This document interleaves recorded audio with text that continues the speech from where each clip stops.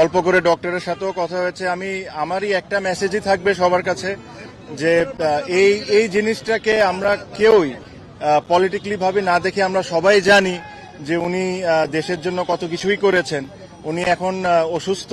আমি এটাই আশা করব আর রিকোয়েস্ট করব সবাইকে যে এই জিনিসটাকে পলিটিক্যালি ভাবে না দেখে সবাই ওনার জন্য দোয়া করুন যেন উনি তাড়াতাড়ি সুস্থ হয়ে যান। একই কথাই বলেছেন যে দেখেন আমরা সবাই জানি যে ওনার অবস্থাটা যেরকম আমরা চাই সবাই যত দ্রুত ভালো হয়ে যাক, ওই অবস্থায় নাই উনি এখন, বাট স্লাইটলি অথবা ইমপ্রুভ করছেন। আমি নিজেও যখন অসুস্থ হয়েছিলাম ওনার পরিবারের সবাই আমাকে দেখতে এসেছিলেন। আমার যতটুকু কমফর্ট করা সম্ভব ওনার পরিবার থেকে আমাকে ওই সাহায্যটা ওনারা করেছিলেন। তো আমার কাছে মনে হয় যেটা আমার দায়িত্ব ছিল, প্লাস আমি অনেক দিন ধরেই চাচ্ছিলাম যে এসে ওনাকে একবার দেখে যাই। আপনারা জানেন যে দেখা হওয়াটা সম্ভব না বিকজ উনি সিসিওতে আছেন, বাট ওনার পরিবারের অনেকের সাথে দেখা হয়েছে। সো আমি আমার সালাম আর আমার উইশেস ওনাকে জানিয়েছি।